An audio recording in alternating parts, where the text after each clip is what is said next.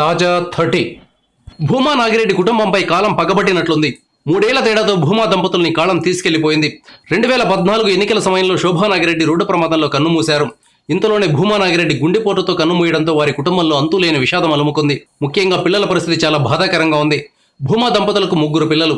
పెద్దమ్మాయి అఖిలప్రియ ఆళ్లగడ్డ ఎమ్మెల్యేగా ఉన్నారు. శోభా నాగిరెడ్డి మృతితో ఆళ్లగడ్డ ఎమ్మెల్యేగా అఖిలప్రియ ఎన్నికయ్యారు. భూమా శోభల రెండో సంతానం మౌనిక, మూడో సంతానం భూమా జగత్ విఖ్యాత రెడ్డి. వీరి 3 బాధ్యత ఇప్పుడు వారి మేనమామ అయిన ఎస్వి మోహన్ రెడ్డి మీద ఉంది. ఎస్వి మోహన్ రెడ్డి కర్నూలు ఎమ్మెల్యేగా ఉన్నారు. ఈయన శోభా నాగిరెడ్డి సొంత అన్న, అంటే భూమా నాగిరెడ్డికి భావమరిది. అఖిలప్రియ చిన్న వయసులో ఎన్నో కష్టాలను చూసింది. తల్లిని తండ్రిని కళ్ళెదురుగానే కోల్పోయింది. వైవాహిక జీవితంలో ఆమెకు కష్టాలొచ్చాయి. ఇప్పుడు ఒంటరిగా రాజకీయాల్లో నెగ్గుకు రావాలి. వీరి కుటుంబానికి ప్రత్యర్థులు ఎక్కువ. మహిళగా రాజకీయ ప్రత్యర్థులను ఎదుర్కోవడం అఖిలప్రియకు చాలా కష్టంతో కూడుకున్న పని. అందున రాయలసీమ రాజకీయ నాయకులు చాలా నిర్దాక్షిణ్యంగా వ్యవహరిస్తుంటారు. ప్రత్యర్థుల ప్రాణాలు తీయడానికి కూడా వెనకాడిన నైజం ఇక్కడుంది. ఈ పరిస్థితుల్లో మేనమామ ఎస్వి మోహన్ రెడ్డి అఖిలను ముందుండి నడిపిస్తారని భావిస్తున్నారు. భూమా నాగిరెడ్డికి మంత్రి పదవి ఇస్తారని అనుకుంటున్న సమయంలో ఆయన కన్ను మూసినందున ఆ పదవిని అఖిలకు ఇచ్చే అవకాశాలు చాలా ఎక్కువగా ఉన్నాయి.